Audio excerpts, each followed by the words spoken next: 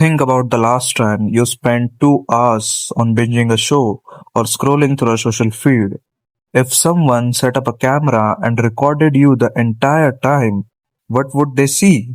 They would not see someone laughing or bursting with joy. They would see a completely blank, stone faced expression. You are not actually having fun. You are just keeping your brain on life support drip for cheap instant gratification. Every time you hit that feed, open a video, or grab a handful of junk food, your brain gets a tiny spike of what I call fast dopamine. It feels like a quick win, but there's a catch. Right after the tiny peak, your baseline happiness drop lower than where it started.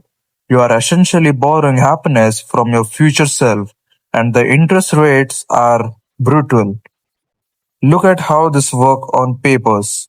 When you chase slow dopamine, the hard things like lifting weights, doing calisthenics, or cooking a healthy meal, or sitting down for a work on a difficult project, the grip flips.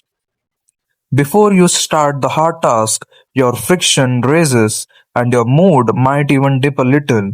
You don't want to go sweat or stare at a blank screen. But the moment you finish, your baseline happiness quickly goes upwards. Do this constantly for 2 weeks and your entire mental floor is raised. You start feeling genuinely proud of yourself. I decided to test this theory by doing a rigorous 14-day mental reset. I did not lock myself in a dark room, but I drastically cut out the cheap loops. And let's be entirely transparent. I messed up a few times. When you try to step away from the digital noise, you quickly realize how much of a zombie state we usually live in. I would open my laptop just to upload a file or check an urgent email, and the algorithm would hit me with an engineered thumbnail. Before I knew it, 15 minutes had vanished. Your brain goes on autopilot because it's starved for that quick fix. But once you survive the first few days and clear that fog, something incredible happens. You literally start to feel like a kid again. Normal, quiet moments outside start feeling happy instead of boring.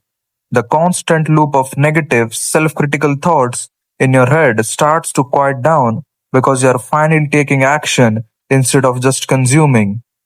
Here is where my approach might differ from standard internet advice. Most self-help gurus tell you to delete your apps, throw away your snacks, and block every website. I think that's a temporary band-aid. Why? Because the moment you face stress, you will just re-download them or drive to the store. Instead, I kept my apps right now on my phone screen. I left the temptation in plain sight. I wanted to build true mental calluses. When you look at the app icon or a distraction, acknowledge it and consciously choose not to click it. You are actively training your willpower muscle. You want to reach a point where the distraction is not blocked by a software, it's blocked by your own identity. If you feel stuck, unfulfilled, or anxious right now, it's probably because you have been relying on instant gratification for too long. Happiness operates on lagging indicator. When you go to gym today, you don't wake up tomorrow looking like an athlete. The physical changes are lagging behind weeks or even months. But if you keep compounding these hard choices daily, the positive results will eventually catch up and stack on top of each other.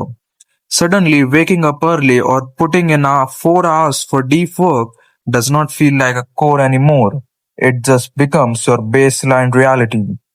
You have watched this so far, there's a voice inside your head right now telling you that you need to do this reset. Don't spend the next 3 days planning it or waiting for a Monday. Start right now. Cut the easy dopamine. Embrace the friction of the hard task and watch how your life changes just in 2 weeks. Let's build some immediate accountability. Drop a comment below with the exact number of days you're committing to do this reset. I'm going to personally check back on this comment section to see who actually stuck to their word. Get off the feed. Go do something hard. See you in the next one.